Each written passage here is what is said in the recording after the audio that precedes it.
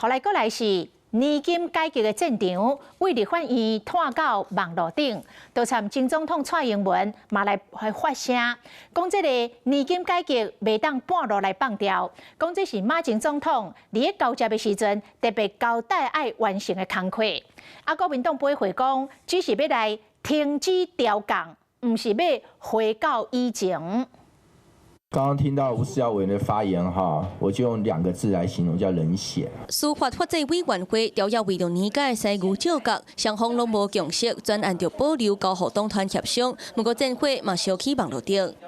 时代力量批评年金制度不公，公告人员年改了后，平均1个月原来会当领5万，搁有3万2上加保障金额。不过一般的劳工平均1个月是领2万5，啊那农民是干那8000外块的津贴。前总统蔡英文嘛破文呼吁，年金改革无应该干那做一半，搁强调这是前总统伫咧交接的时特别交代爱完成的工课，因为年金改革为实施到今已经省2590亿输入到基金，即马在野党提出停止改革，基金的负担变重，提悬破产的风险，甲问题交互后代来承担。我们是替蔡英文来止血啊，前面砍的就照砍的。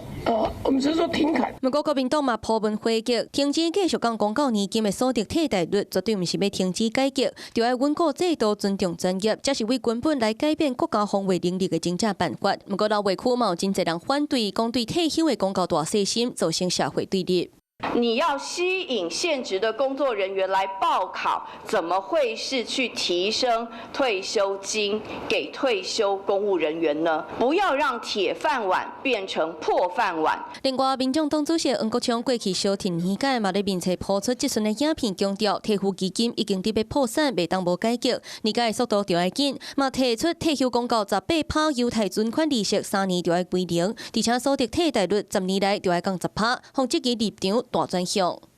年金一定要改。公教人员的年金如果要回到2017年以前的水准，不管是我还是台湾民众党，绝对反对。强调立场拢无变，不过年金敢要改，调价之间原来是无共识。Hello， 我是蒋欣梅，想要抢先掌握最及时的新闻资讯吗？赶快订阅、按赞、开启小铃铛，锁定华视新闻 YouTube 频道。